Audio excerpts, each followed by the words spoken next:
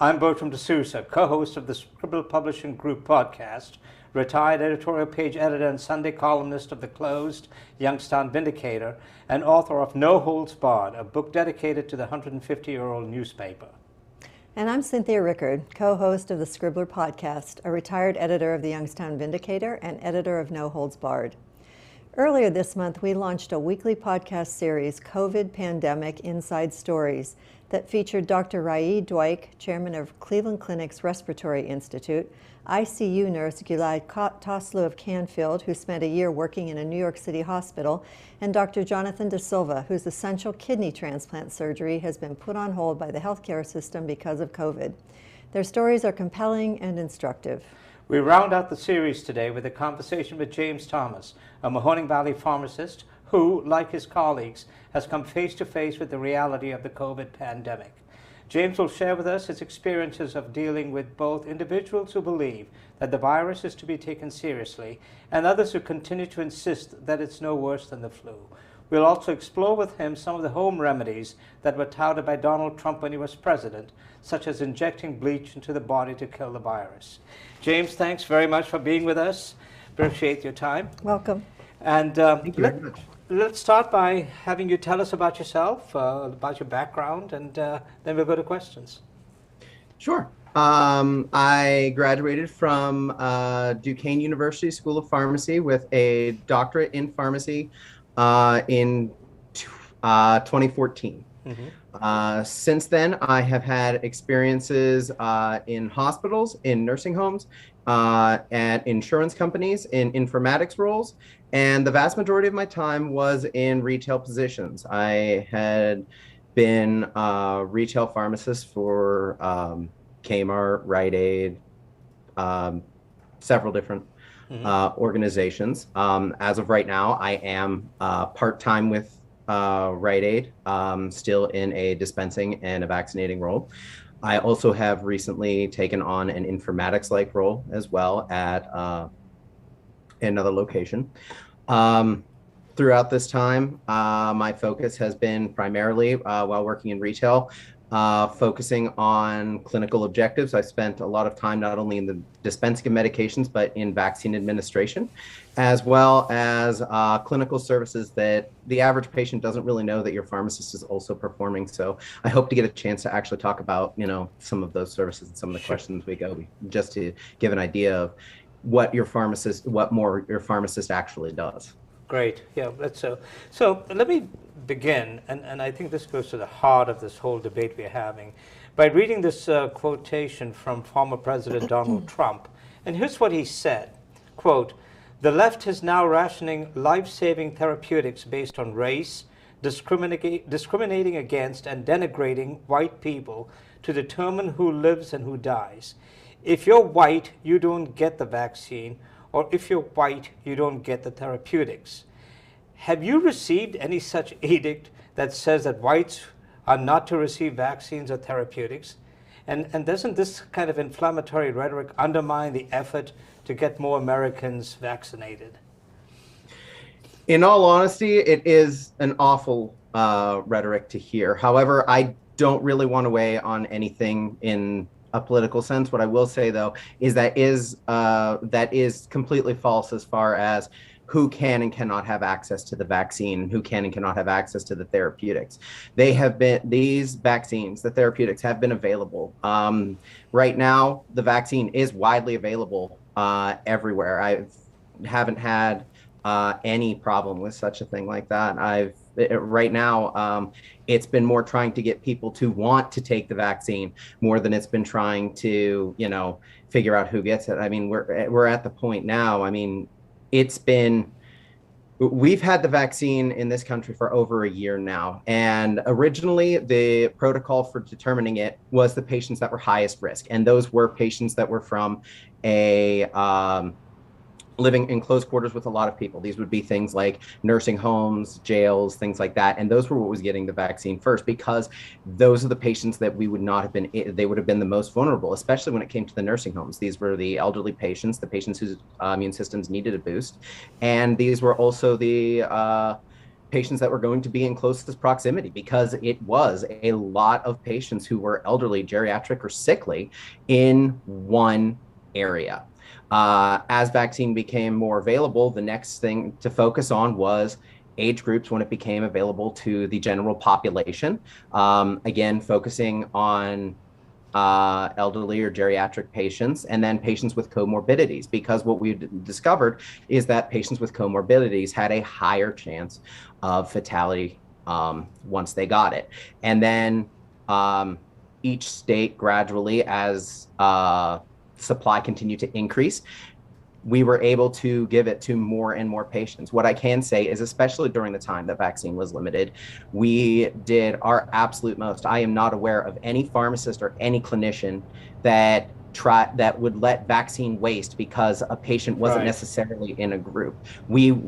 Our goal was to get as many of those shots into people's arms before they expired. And I'm very proud of every clinician I've seen that has done that, because they have tried their hardest to make sure that happened. So when given all of the information that's all out there about this pandemic, given the fact that there are vaccines available, given the fact that there are therapeutics available, why aren't people still fighting this effort for vaccination? What do you hear from them, or from those who have said, oh, I'm not going to get a vaccination, and here's why?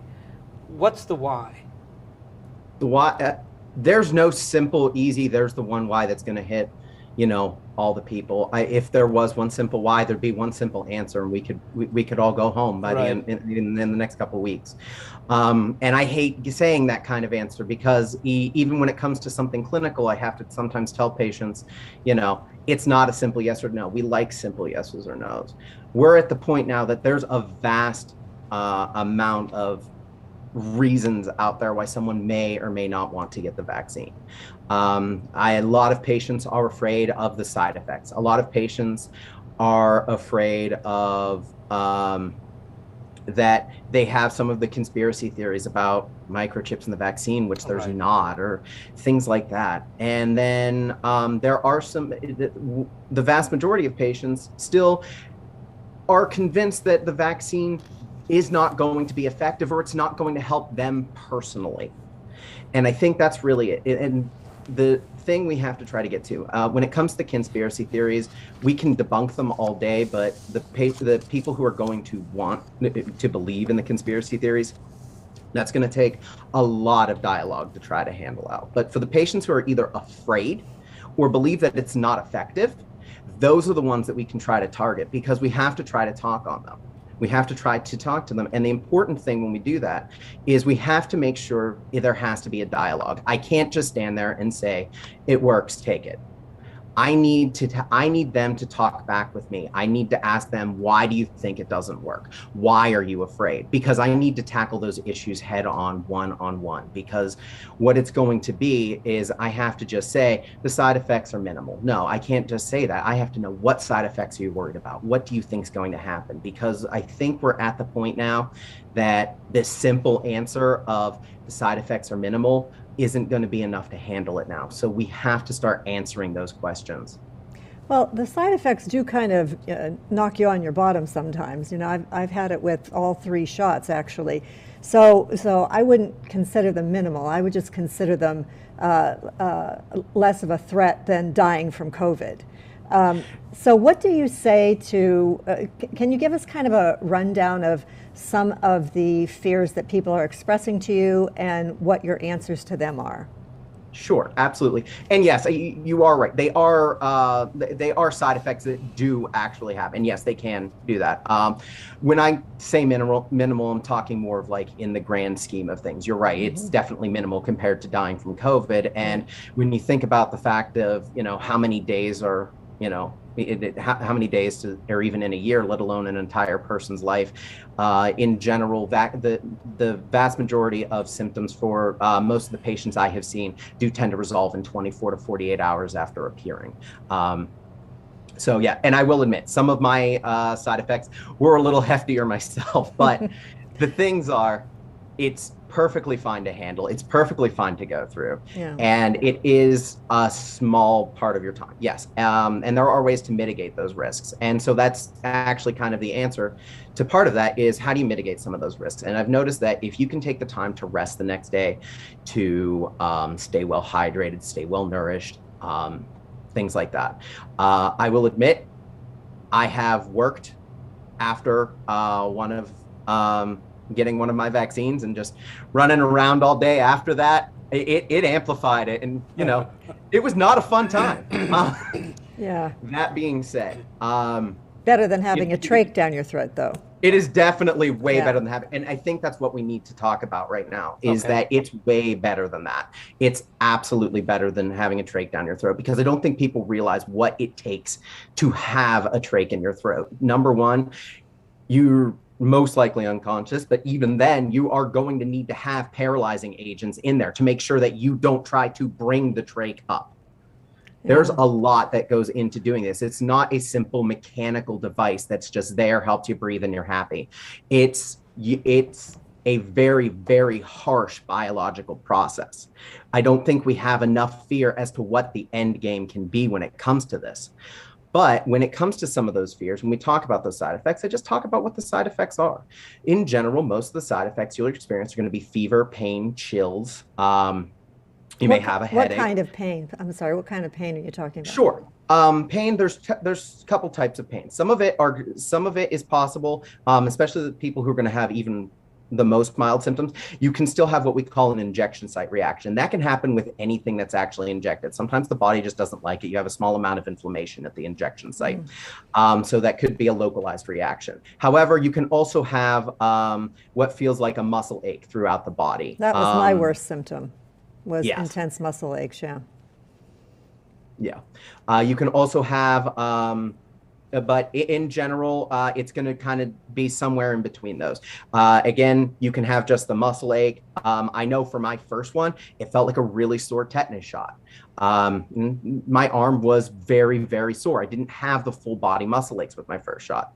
I did have it with my second, but even then, I still was perfectly fine to continue to operate throughout my day. And I was capable, and within 24 hours, all of my symptoms did resolve. Oh, you mentioned, you had used a phrase, the fear of the end game. And I think we need to talk about that. Because I think there are those who really believe that this is no worse than the flu. And that if you get COVID, you know, what the hell, you just go to the hospital and they'll treat you anyway. Give us the end game. Tell us about patients who actually end up in the ICU and what happens. I think one of our things is, and we're very, very lucky to have been born after 1900. We have had almost pretty much every person alive now. We have gotten to live with a reduced fear of disease. And it's something that I don't think we really had in a historical sense before. We didn't have antibiotics previously. We didn't understand that certain diseases were caused by bacteria. We hadn't even discovered cells much earlier in times before that. I mean, when you look at the history of science, you're looking at, I mean, we didn't know about cells before them. You're talking about within the last couple hundred years is the vast majority of our understanding of modern medicine and biology and chemistry and biochemistry and how all that works. And the thing is, if you look at a lot of older writers or things like that, and I'm talking, Edgar Allan Poe times even, there are patients that had tuberculosis all over the place. There was smallpox. There was almost, I don't quite want to say a pandemic, but there was epidemics everywhere. This was common. Today, when you hear about syphilis, it's a disease that people, kind of make a joke about. That was a terminal condition for a lot of people in previous history, even in areas that didn't have antibiotics until after we had them in the early part of the 1900s. And even throughout the world, it took time for it to go out there. We've had more, I believe there's been estimates that in wars, we've had a lot of our wars, we've had more soldiers dying from secondary infections to their wounds or from diseases, more than they actually died from the battlefield itself. Today, when you hear about war hero getting injured or unfortunately passing away, you hear about what damage they took, what they did, how they risked their lives. And the thing is, we live in a time that we have less fear of disease. And we're at a point now that we need to start talking about the fact that these can kill you. Here's your end game when it comes to this. You might start off feeling okay or a little, cruddy. And then it feels like the flu, and then it can get worse. What can get worse is you start having a hard time breathing and you start gasping for air. It's at this point you probably think something's wrong. You go to the hospital, you go to the ER, because you're at the point now that you have a fever, you have pain, you have chills, and you can't catch your breath. It's at this point that they're going to have to determine whether or not to admit you. And we're at a point now that if it's still mild enough, we might be able to handle you at home, because the hospitals don't have the capacity to handle every minor or moderate case of COVID. When it gets to a severe case, you can get admitted to the floor, and you're not going to see people. You're not going to see your family. You're going to have video calls. You're going to have nurses who come in and see you. Everyone's going to try to be in a gown, and you are now, not only are you fighting for your life, you are a source of an infection. You are the source that can infect another person in that hospital. You are a source that can infect your caregivers. But more than that, you have the potential to getting to the point where you can get to the point that you can no longer breathe on your own. It's at this point that they will consider mechanical methods. They'll try oxygen, but there will be a point that they will end up having you on a ventilator, and they can have the fact that the machine is breathing for you. I will say that I've had plenty of patients that this has happened to. Now, from a retail perspective, I was lucky. I don't have to interact with the patient at that time. But who I do have to talk to is the family. I have to talk to the person who's asking me for questions because they can't get into the hospital to ask about their loved one. I have to be the one to answer, how long is it going to take? Why isn't it happening? I thought COVID lasted 14 weeks. Why has my husband been in the hospital for 4? Why it only lasts when it's supposed to last 14 days? I'm sorry, I said week. But it's only supposed to last 2 weeks. Why has he been in there for? Why is he not conscious? Why is he on dopamine? What does dopamine do? How does that help with an infection? It doesn't help with the infection. The problem is your infection has gone his infection's gone septic. That most likely means that his infection's gotten so bad that his body is starting to kind of shut down, and his heart is not able to proliferate the blood to enough organs. If they don't use the dopamine to increase his blood pressure, the blood's not going to move around, and he's not going to be able to oxygenate his cells, even if the oxygen's being pumped in through a machine. Wow. We had an ICU nurse on last week, and she was explaining to us about those who do get trached and what happens to them if they happen to be lucky enough to have the trach removed, that sometimes they end up with a hole in their throat forever. And that was the first that I had heard of that. I don't think that the public is talking about that at all. No, I'll be honest with you that is actually very true. Getting a trach will absolutely do something like that. And I'll be honest with you, that wasn't one of my thoughts. I mean, yes, you can have that permanent, hole walking around with you. Unfortunately, I guess fortunately for me, is that I haven't necessarily had to deal with that part. The unfortunate part is because, as I said, in my instance, I deal with the patients after they leave the hospital, if they're lucky enough to do so. But I think one of the things we're constantly talking about, and moving off to the fear and wondering into whether or not it's going to affect you, is how it affects your loved ones.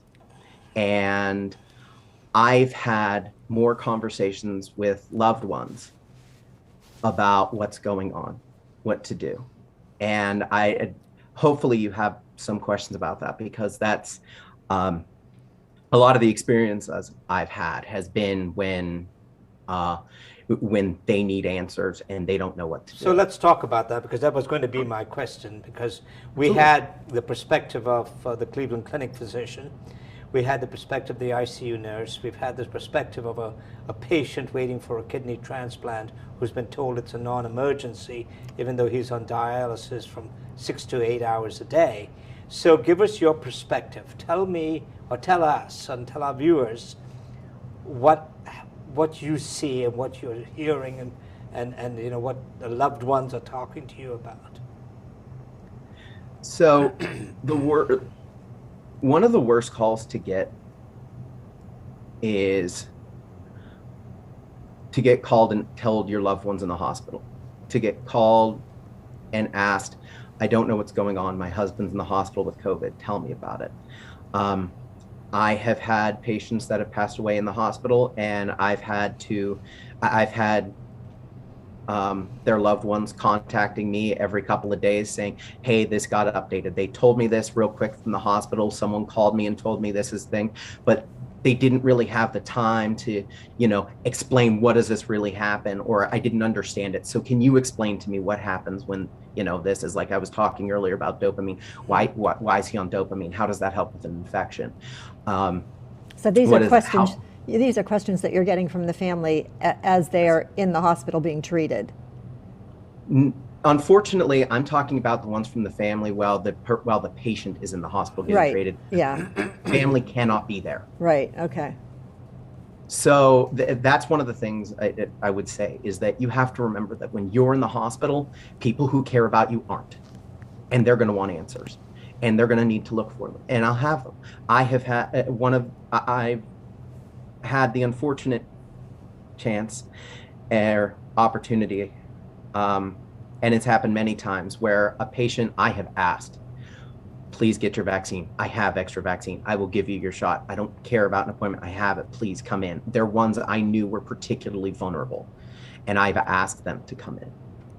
And instead, I get a call about a month later about how they passed away in the hospital from COVID.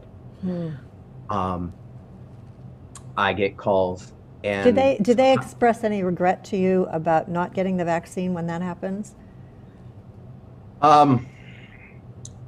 Unfortunately, well, I guess fortunately from a systematic point of view, most of the people I've talked to that have been family members are people I have gotten I have been able to get vaccine to.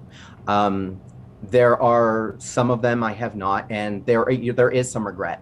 I have had people who have gotten regret. Their loved one was in the hospital, and they call and ask me and said, well, what can I do? I'm like, you can get your shot. I've vaccinated people that while they had a loved one in the hospital, they got their vaccine to protect themselves while they were doing this. Yes, there is some regret from the family when it comes to it.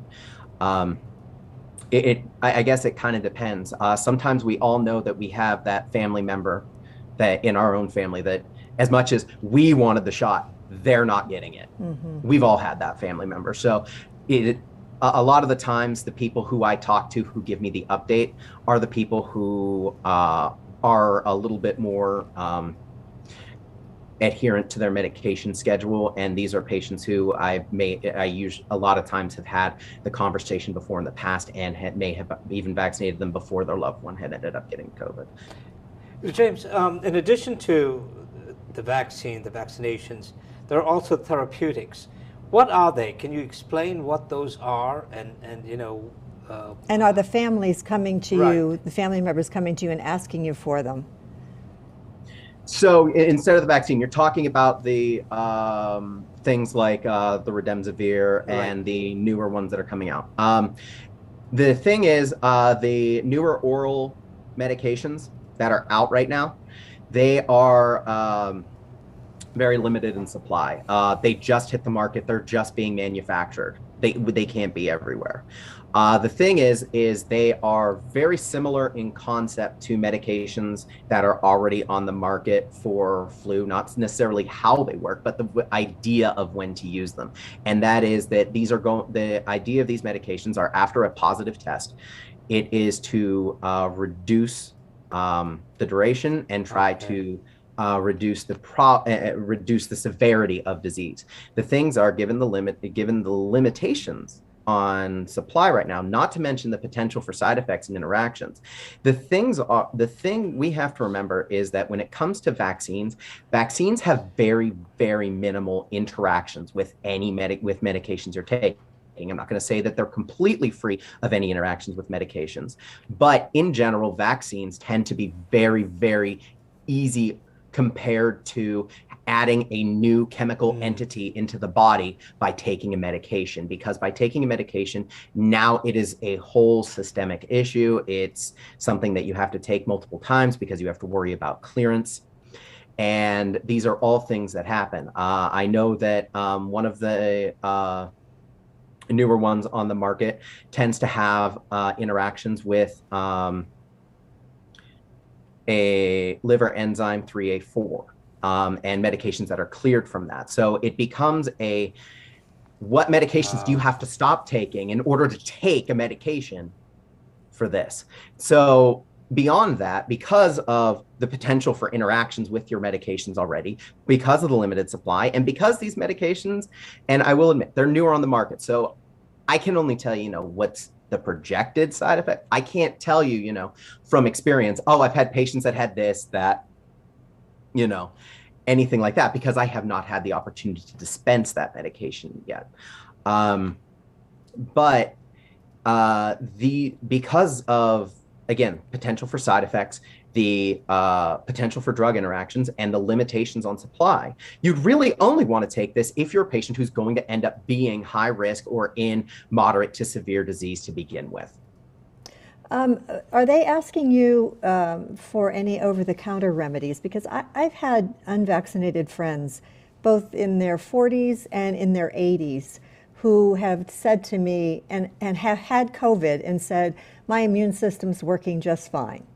The elderly ones told me that they were advised by a physician friend, not as their physician, that as long as they took vitamin D, zinc, and C, that they would be fine. And so far they are. And they actually live in South Africa, where the Delta variant originated. And they say they're fine. So is there validity to this, or are they just lucky that they have survived these things? Well, here's what I will say. And this actually is a common thing, not just people wanting something natural. When I have had plenty of times when a patient is diagnosed with COVID or has suspected COVID, I will have a doctor send a prescription to the pharmacy for vitamin C, vitamin D, and zinc. I've actually seen this. Usually on top of that, they also throw in a cough medicine as well. And again, when I was talking earlier, I had mentioned that there is that if it's mild disease, they're going to try to treat it at home, because there's no, number one, there's not really much point for you to sit in a hospital room if you are someone who's going to get through it just fine, luckily, hopefully. But for the moderate to disease, we need to save those rooms. We need to save those resources for severe patients, for the patients who we might need to put this guy on a trach. We might need to put this, but that's something they can try at home. Is it a perfect cure? No. If it was a perfect cure, we'd have vitamin C, vitamin D, and zinc all throughout the hospital, everyone taking it, and no one would need a ventilator. That being said, vitamin D, vitamin C, and zinc are known to help out with the immune system, and they are. I know zinc is a mineral that's utilized by different parts of the immune system, and vitamin D has regulatory functions when it comes to it, and vitamin C as an antioxidant can also be helpful. So the things are, there's nothing wrong with taking those. But the important thing is, they're not a replacement for a vaccine. They're not a replacement for a cure. They are aids. They are something that's going to help you. Much like if you go to put on a raincoat, you're still going to get a little damp. It's not an invented magical shield that's going to keep all the water off you. Okay, so vitamin D, vitamin C, and zinc, they are legitimate. But then there's also talk, and this is where I think people like you can really make a difference, and I'm hoping you'll talk to this. There's talk about this hydroxychloroquine could prevent a person from getting COVID. And now there are some right-wing media personalities on national television, on cable, promoting an anti-parasitic drug for livestock as a COVID cure. Please let the viewers know if there is any basis for embracing any of these kinds of remedies. When it comes to it, ivermectin and hydroxychloroquine, well, hydroxychloroquine is a little different. There was an amount of time that the FDA was talking about letting that allowing that to be used partially as a trial for patients who were positive for it. However, what I can say, and especially when it comes to ivermectin, the thing is, it is not approved for treating COVID. The things is it is an anti-helminthic agent. It is going to treat worms. The thing is, it's meant to work on a multicellular organism, which is what we are. We're not a single cell. It's on a multicellular organism. It's something that has, for lack of a better term, organ structures. It has an actual, we're talking about something that's closer to an animal than a cell. The thing is, this virus is just that. It is a virus. It is not a cell. It's smaller than a cell. It's more of a pack of proteins put together. Again, a little bit of lipids and nucleic acid sequencing. But this is on a much smaller level. The best example I can think of for this is the fact that you're talking about trying to use a wrecking ball to break a pencil. And the thing is, if you try to roll over it with that wrecking ball, I'm talking the whole machine and everything, chances are you're not going to hit it and you're going to roll right over it. The treads, there's a good chance that the treads are just going to go right over it. It's going to be very hard to actually do that. Now, the thing is, even in my example, there's kind of still of a chance the tread has to hit around, but the thing is, it's not going to work. The idea where hydroxychloroquine came in is the fact that hydroxychloroquine, not just as a anti-infective medication, but it does have some, when it comes to rheumatoid arthritis and other ones, it has some DMARD related activity. So I could have at least seen where that one was coming from, but even then, hydroxychloroquine really doesn't have that use anymore. It really wasn't effective at preventing those kind of things, at least from what we've seen. What really works is, again, prevention at the first point. You want to try to stop it before it happens. It's a lot better to prevent a fire in your house than it is to try to call the fire department. Speaking of these two particular remedies that people are wanting to try, I don't know a lot about hydroxychloroquine, but the deworming medications that you use on animals, I know that it causes them to either vomit or expel it through their digestive system as diarrhea. What kind of effects do those two particular medications have on people who take them trying to prevent COVID? Okay, the first, especially when you start talking about people who are taking it to prevent COVID, is the fact that they are a lot of times not even getting it from a standard pharmacy. They're not necessarily getting it from their normal doses. And the things are, if you're trying to dose this at home, you are a lot of times, and what we were seeing, there are people who were overdosing. The fact of the matter is, when we first heard about ivermectin being used all over the place, it was poison control who was saying, we need to back up because these calls were going to poison control. So what was happening to these people? Were well, the things are, the things that you have from that is that a lot of people were having, usually when you're calling poison control, you're talking about something immediate. So you're right. You're talking about the extreme vomiting because you're taking it at toxic levels. And I think that's really important to understand. You're taking something at a toxic level. And when you do that, it's not going to be the normal side effects of medication. It's going to be the side effects of poisoning. You're going to see all kinds of effects that aren't even going to be normally in the standard dosing protocols. It's not going to be the stuff that your pharmacist is going to think of, because at an overdose level, especially with some of the people who are using these things, because if you're getting it for a source, because ivermectin's used for deworming other animals. Horses particularly, right?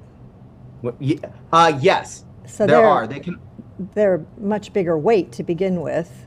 Exactly. And the things are, the products that are made for them are much higher concentrations. Most people don't really think about the fact that when you're looking at the size of a tablet, a milligram is not the size of what your tablet's looking at. Milligrams are a way smaller quantity of unit. The tablet is built up that size, so that way we can manipulate them because we're big.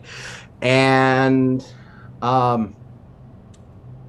when you're taking these at high concentrations, if you're finding a high concentrated dosage form because you're getting it from an equine source, or if you're taking them at just, a high level, at a high concentrated tablet, or again, some of the creams or things like that, you are going to be taking way more than we do. How much does a horse weigh more than you do? Think about that for a second. That animal is huge compared to a standard human. You are taking multiple times the dose of what you need, and that's still not accounting for the adjustment. And I will admit, I don't know the dosing for horses. I do not usually deal in farm animals. What I can say is that there are certain drugs that animals clear out way faster than humans. I have seen dogs that are less weight the average dog, you think of way less weight than a human, unless you're talking about one of the very large breeds, but I'm talking about a breed that was way less than a human. And they were on an amount of levothyroxine, which is a thyroid medication, which was way higher than anything I had ever dispensed to a human in my life. And then I've seen dogs that were like a Doberman or a Rottweiler in size, and they almost bleed out on 1 or 2 ibuprofen. Oh. So the things are that we're not just talking about a larger animal with a larger volume of dosing. We're also talking about something that has a completely different metabolism than a human. They are going to handle that drug way differently than we will. But in general, you can end up with a headache, you can end up with that nausea, you can end up vomiting, and it can get worse. You can end up with muscle pains, severe dizziness, and as I said, the vast majority of, well, not the vast majority, but there were plenty of calls made into various states' poisons control over ivermectin. And the things are, it's not going to work. It's not helping. It's not going to help on COVID. And what about hydroxychloroquine? What happens with that? So for hydroxychloroquine, that one's a little bit different because we have more established dosing. As I said, we have we use hydroxychloroquine an awful lot in the space, and so not the space of COVID, but what I mean is we use it in the space of the average patient. The vast majority of people, I think until COVID, did not even know ivermectin existed, or they knew there was a dewormer, but no one had ever heard of ivermectin. Yeah, I hadn't. And when it came to hydroxychloroquine, well, again, it probably wasn't on everyone's tongue, and it's a very, long word to say. This was a common medication for lupus, for rheumatoid arthritis. It's actually used an awful lot. It can even be used for certain cases, I believe, of like plaque psoriasis. It's used a lot of times to control the immune system in things like that. Generally speaking, it has to be dosed to weight. And part of that is because it's what drug that we call a narrow therapeutic index. A narrow therapeutic index drug is a drug that we're dosing, and if we go too high if we go much higher than where we need to be therapeutically, we can actually start pushing into that toxic range. So it has to be closely controlled. Has to be closely controlled. It does have to be closely controlled. And again, Usually you start seeing similar rejection side effects like the ivermectin as well. Nausea, headache, things like that. But you can also see some modified neurological side effects or things like that as well. You know, vaccinations, testing, mask wearing, they've ignited a national debate with a goodly number of Americans basically saying they have the right to decide what's best for them because it's their bodies. Could you please explain why this pandemic isn't about individual rights, but rather it's about caring for your fellow man and woman? Sure, absolutely. So here's the thing. No one likes COVID. It sucks, plain and simple. I'll say it, everyone will say it. It sucks.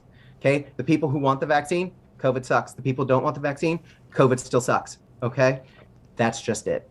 The thing is, as much as we all hate it, we do not get to live in a world where it's not a part of it right now. It is a part of the world. You can't deny it. You can't just stay ignorant and assume that it's not going to be out there. It's out there. It's going to be there. So our only choices are to either learn to do our best to mitigate it or refuse, because that's what we're doing. It's not a good choice to refuse, but it's what we can do. Now, as far as whether or not it's your choice, you're right. It is your choice. I can't make you wear a mask. I can't go grab it, put it on your face and glue it on there. No, I can't do that. And no one's going to advocate for anything like that. But what I will say is just because it's your choice doesn't mean you're the only person it affects. It's not just, you may be making a choice about your body, but you're not making a choice. You are actually making a choice for many people's bodies. And it's not just you. And it's not just random people you don't care about, because unfortunately, that's what a lot of people will say in that one. It's about your loved ones. It's about the fact that you're going to have to make this choice when you say, I tested positive for COVID, or I got exposed to someone who tested positive for COVID, and I didn't wear a mask because I didn't care. But I have a 3-year-old at home. What are you going to do now? You've exposed your 3-year-old to COVID. Maybe you care, maybe you don't. But you're right. It was your choice to not wear the mask. But you didn't just make the choice for you. You made the choice for your spouse. You made the choice for your child. You made the choice for your grandmother you visit. You make the choice for your aunt you visit. You make the choice for your other employees at work you work with. Every person you meet, and I'm going to encourage you for this. Any person who's listening and is saying, well, my body, my choice. Fine. I acknowledge that. I acknowledge you are making decisions. Here's what I'm going to tell you to do. Here's just go through this exercise. Count the number of people you see in a day, not the people you see new in a day. Every single person you see in a day. That includes your partner at home. That includes your children. You have 3 children and you have a partner, you've got 4 people. That starts at your 4. When you go to work, every person you think, I want you to realize that every single person there, you have made a choice for. You've made a choice to them to say, my choice to be comfortable, my choice to not want to live in a world with COVID is now going to affect what you deal with. Because at the end of the day, and I talked about this several times tonight, maybe you're the one in the hospital, but I'm going to get the call. I just heard on the way in today that OSHA has stopped its mask mandate. And I don't know when that goes into effect. I didn't hear the whole report, but you work in a business setting. Are you working where there are mask mandates, or have they stopped them? What's the situation for you right now? So where I am currently working, they were doing it on a area by area basis as far as what the positivity rating is. And in general, here's what I can say. The vast majority of stores that I have worked in.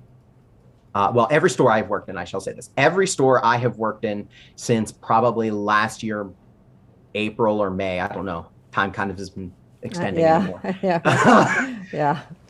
Has been mask. You have to wear a mask while working. We've had it. I do remember over the summer there was a small amount of time we thought we were at light at the end of the tunnel. This was before Delta came out, and all the mask mandates started to come back, and everyone was happy. I think we had maybe a week. Yeah. But as the numbers went up, the first thing we did, I knew where we worked was very, very responsive to that. It was like, no, numbers going up, mask back on. We're going to protect our patients. We're going to protect our associates. We're going to do what we can to prevent the spread of disease. You know, when I walk into the pharmacy that I go to, and I see the pharmacist and the pharmacist assistants and everybody who works in the pharmacy all wearing masks all day, and in fact, one of them said to me, you know, after 8 hours, it's really uncomfortable when you have to be masked all the time. I think, you know, I appreciate the fact that you're not just doing it for yourself, you're not just doing it for your colleagues, but you're doing it for the public, for people who come to pick up their prescriptions, their medicines. And yet I have seen people walk up to the window without a mask. Do you ever feel the urge to scream at that person and say, come on, you know, let's be responsible here. Look at all of us. I mean, of course, there's always that chance for frustration. There's always the one, really, come on, dude, like, this is serious, like, put it on. And don't get me wrong, for some people, I will even offer a mask. I mean, we've even offered them for free. Usually it's the people who realize that you're wearing a mask. And I get sometimes we forget. Maybe maybe you were at home, you weren't thinking, you were just running to the drugstore real quick, dropping off your prescription. You were at home. It's not like you were going to the grocery store or whatever. You were planning time out. It was just, a quick trip. You didn't realize. And usually when I have someone say, oh, I forgot I'll gladly hand them a free one. Like, we've got no problem with that. We're more than happy to do that. But, is there frustration? Yeah, because, every unmasked person is another source of infection for not just us, but my other patients. Like, I'm spending a gigantic portion of my day trying to take care of people and trying to give as many vaccines as I can. And then I have someone there who's like, really, you're going to spread it? Come on, man. But again, just yelling at someone to do it is not what's really going to happen. Is not really what's going to fix it. I mean, I've spent a lot of time talking tonight about making sure that when we talk to somebody, we have to listen to what they have to say. So just me talking at people isn't going to put them in a mask. Isn't going to. I need them to talk to me first, and I need to get the dialogue going. What are you seeing right now with most customers? Are they wearing masks or have they backed off of them? What's the situation in general right now? I think it depends on whether or not there's been another news article. There's been another news article that said whether or not COVID was on the rise again. I can say that with every wave, mask wearing does increase. Does it? Well, that's every good wave news. it increases for a little bit and then it goes back down. Yeah. I'm sure you both have probably seen something like that. Yeah. I would say that especially with Omicron right now, it has increased. I will say though that after Delta was starting to kind of slow down a little bit and people were getting, more used to Delta, and it wasn't the weird variant that came out that no one's ever heard of. We don't know if it's better or worse, and now it looks like it's worse. As that started to come down, it started to go down. The mask wearing started to go down. I would say most of the times I see it, it's probably about 50-50. Burnout is a major problem in healthcare today. Nurses and other healthcare workers are quitting in droves. Doctors are experiencing PTSD. What about pharmacists and pharmacy assistants and those who work in pharmacies? I mean, how much stress are you experiencing? Look, the system's stressed. It's everywhere. I mean, it's happening at doctors. It's happening with nurses. It's happening all over the hospital. And yeah, stress is happening in pharmacies too. I mean, we're doing more now than we've ever done. I mean, it's not just filling your prescriptions. We now are not only filling your prescriptions, we're now also administering COVID tests. We're now administering COVID vaccines. When you're adding all this together, it starts to all add up. And we don't just do COVID vaccines. There are other vaccines. And it's important to realize we can't forget other diseases. I talked earlier today about we kind of forgotten how scary infectious diseases can be. That now that we're focusing so much on COVID, we forget there's pneumonia, there's flu, Right. And I try to get those as much as possible. I mean, when you have a patient who's there, and sometimes, I know there are times that we've just had so much to do that we've had to go, that a lot of pharmacies have gone appointment only for some of their vaccines, or primarily appointment only. I know Rite Aid is offering usually by appointment, but there's also a limited walk-in hour where they can take walk-ins every day for the people who really can't get online to schedule an appointment. But the thing is, there's only so much you can do in a day. I mean, that's just it. We're human. Your pharmacist is human. Your pharmacy technicians are human. We're that. And in pharmacy, we've got the combination of retail. I mean, when you think about it, you hear a lot of burnout in retail that's happening. I don't mean retail pharmacy. I'm talking about retail stores. Right. And the thing is, in pharmacy, that's just what we are. We are both retail and healthcare. So while we don't get the vast majority of sick patients, and the lucky part, and I will say, I have not met, not saying I haven't met, none of the pharmacists I know personally have left the profession yet. So I'm not aware of that. But yeah, is there a lot to do? Yeah. Can people get burned out from it? Yes, absolutely. I'm not going to lie and say that that's not a possibility. But we're kind of at that point that we're trying, what we lost in, having to deal with the patients that are at the end stage and having to deal with the patients that are at the dying stage, where a lot of people see that. So we don't get to see those. We're kind of lucky from that perspective. We pick up, as I've alluded to earlier, is we have a lot of people coming in. We have the retail side of trying to dispense all our medications in general, but we're at a point now, beyond all those extra tasks, we have people asking more questions now than ever. And on one hand, it's like, come on, really? But the important thing is that I have more people engaged in healthcare, in their own healthcare, than they've ever been before, because they're asking questions. And as much as that may be extra work, it's also a very exciting thing, because I have patients who want to have dialogue about their healthcare. And I've had not just more questions about COVID, but in general, I've had patients just asking more questions about their healthcare. Well, talking about questions, I'm wondering, at this point in the pandemic, what do you tell people about when to get tested, how long after your exposure or suspected exposure, how long to quarantine, what kind of symptoms you should be looking for? What are you telling people? Because I know that I've had some friends that have gotten tested and they've said, I think I got tested too soon after exposure. I'm probably not showing the symptoms yet. So what's your best advice right now? Sure. So my best advice for that is, you're right, there is such a time as testing too soon. This was actually very interesting, because I looked at this number earlier today.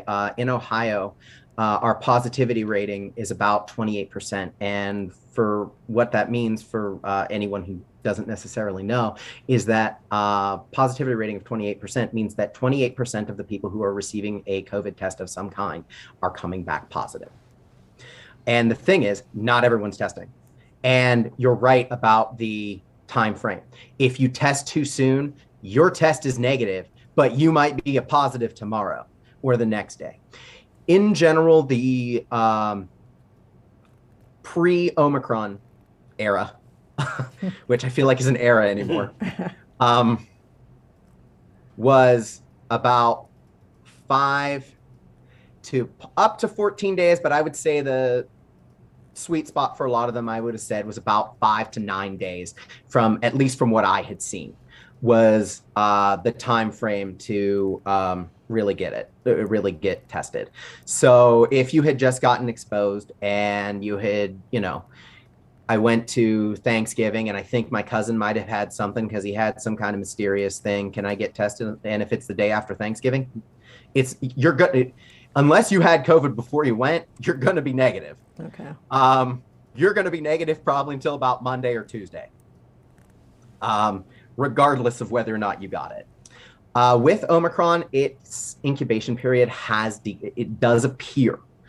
We've had it for a lot less time than we've had any of the other variants. So I would say it's probably still too early to have a complete profile, but it does appear that Omicron tends to have an incubation period closer to 2 to 3 days, or that 2 to 5 day period. Since the vast majority of positive COVID cases that have come through the US that have been getting sequencing does take a little bit longer than just the standard PCR testing. So there is a week or two delay from that COVID test to knowing which strain is available, at least on a large number scale. I would say that probably about 3 to 5 days is probably going to be your time frame for it. But as I said, there's still the possibility the Delta variant's still around. There is, still some of the other, if you want to call them other variants or original COVID, whatever makes you happy with that designation. So you actually could still show symptoms like 14 days after you were exposed. Yes, that is it. However, that is also kind of the rarest one.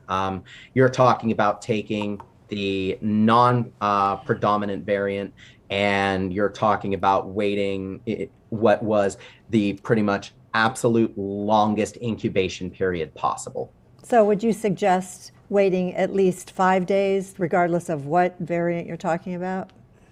I would say if you're talking about getting a test, I would say probably about 5 days, unless symptoms start earlier. Again, you can get, as I said, with Omicron, again, it can be within 2, 3, 4 days.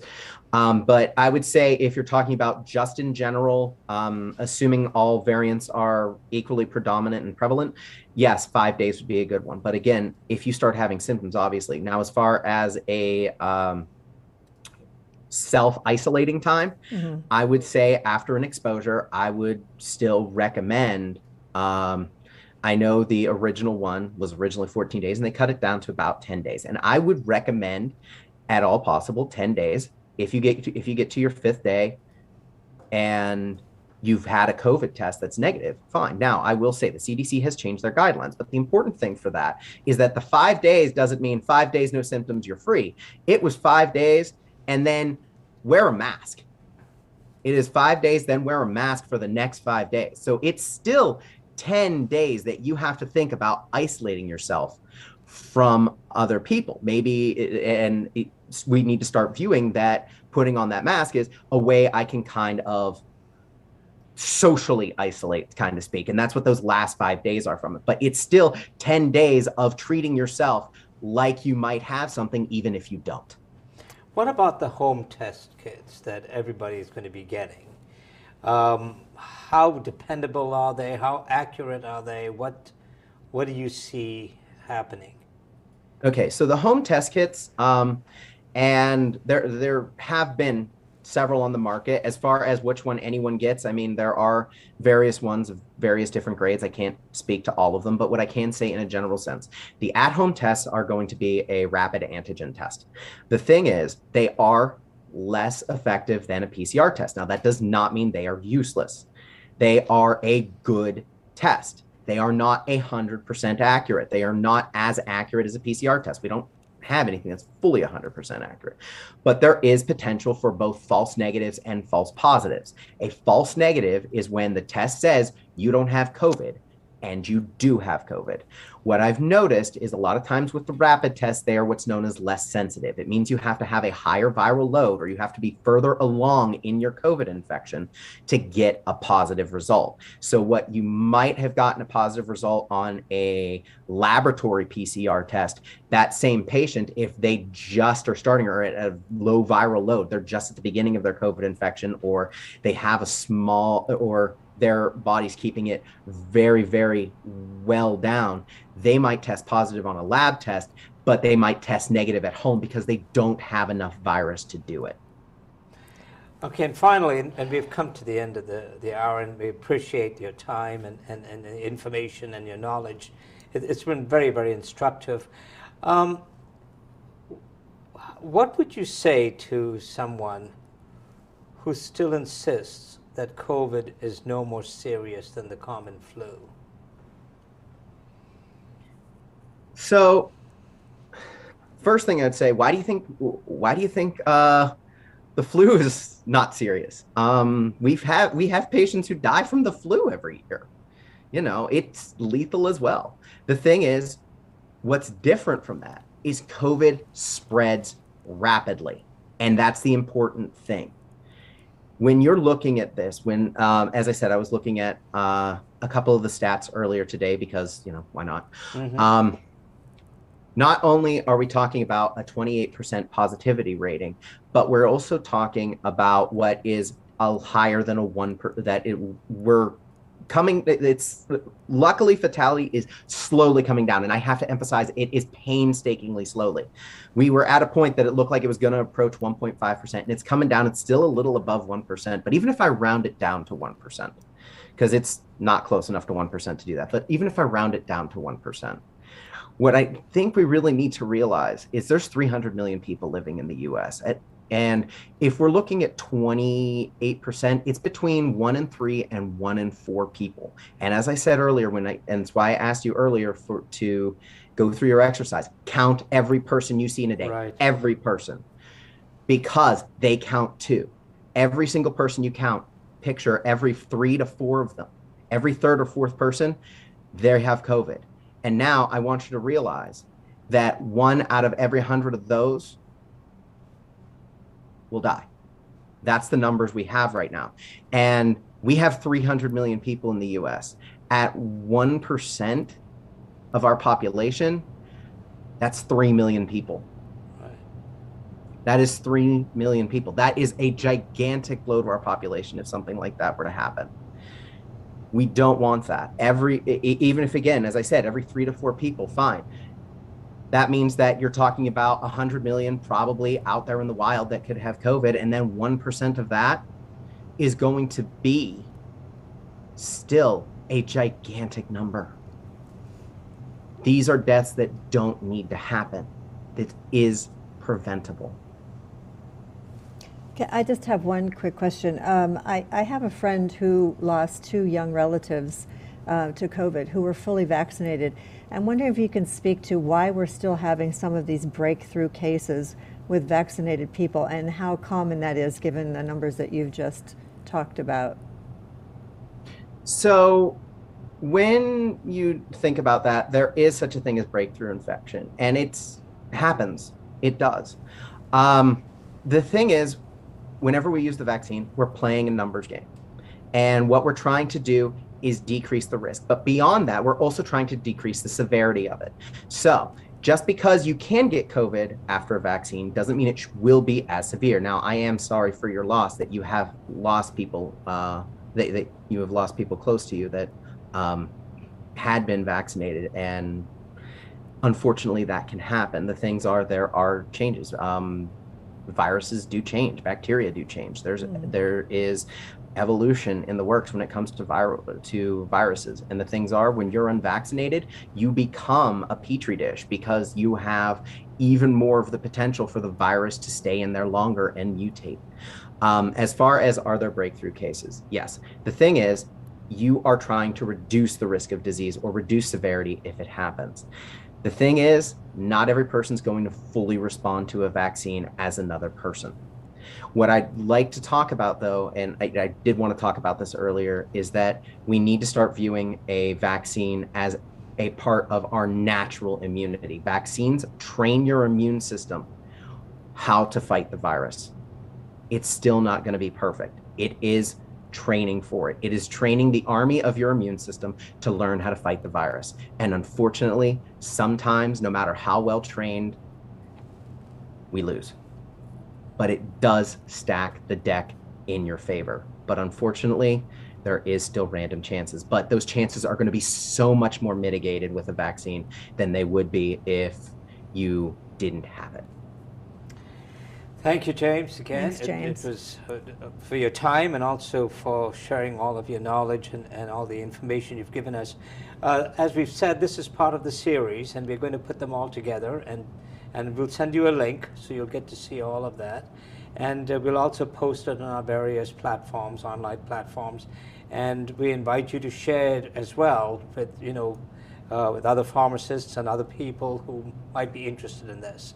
But once again, thanks for coming out, and we'll talk soon, James. Thank you. Thank you. Thanks again.